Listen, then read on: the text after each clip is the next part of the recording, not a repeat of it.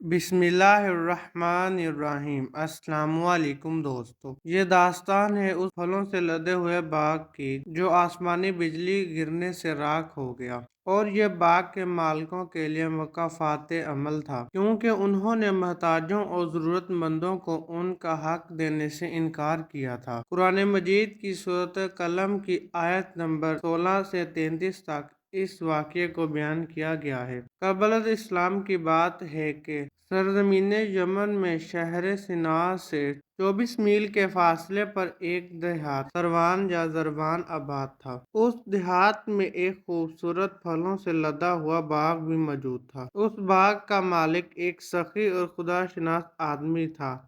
वो अपनी बाग से ज़रूरत के मुताबिक आमदनी लेता और वो बाकी रकम फुकरा और गरीबों में तकसीम कर देता था। उस बाग की आमदनी साल ब साल बढ़ती गई। ज़रूरतमंदों ने ये आदत बना रखी थी कि जब फसल इकट्ठे करने का मौका आता वो उसमें जाते ताकि अपने मालिक से अपना हिस्सा वसूल कर सकें। बाग का मालिक भी खुशी से उनको दे देता।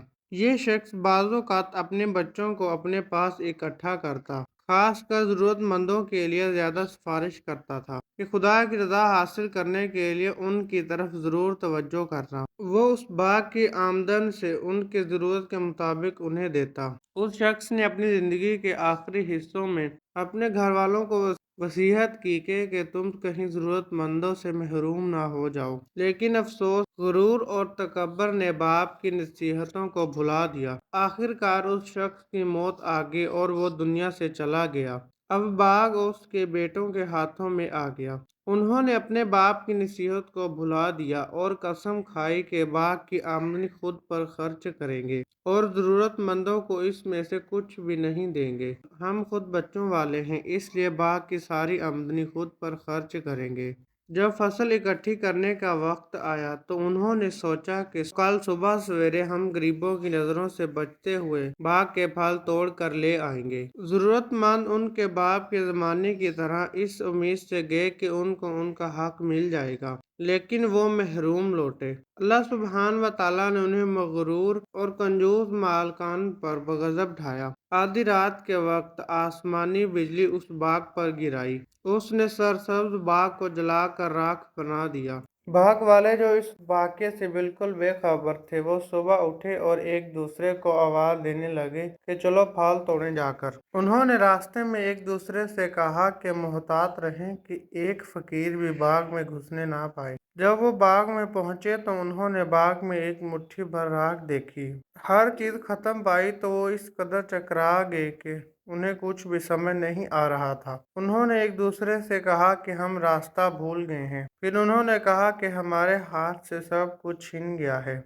हम मुकम्मल तौर पर महरूम हो गए हैं। उनका एक भाई जो सबसे अक्लमंद था उसने उनसे कहा कि मैंने तुम्हें नहीं कहा था कि खुदा की तस्बीह व तस्बीह करें। लेकिन अब जब उनके अंदर से गुरूर निकल चुका था तो खुदा की तस्बीह करने लग गए, अपने आप को ज़ालिम व खताकार कहने लगे और एक दूसरे को सर्विस करते हुए बयान करने लगे कि हाय हमारे ऊपर अफसोस कि हम जालिम हो गए थे, और अपने किए पर सख्त पछताने लगे। इस वाक़ये ने उनको इतना हिला दिया कि उन्होंने इस दर से इबरत लिया। खासकर वो भाई जो बाकी तमाम से ज़्यादा अक्लमंद था, उसकी नसीहत से ख्वाब गफलत से बेदार हुए और उन्होंने तौबा कर ली। उन्होंने अपने दिल खुदा से वाबस्ता करते हुए कहा, उम्मीद है कि खुदा हमें इससे बेहतर बाग अता करेगा। अब्दुल्ला बिन मसूद रज़ी अल्लाह ताला अन्हा से नकल हुआ है, जब उन्होंने हकीकी तौबा कर ली तो अल्लाह सुब्हान व तआला ने उन्हें सर्दो शादाब बाग अता किया।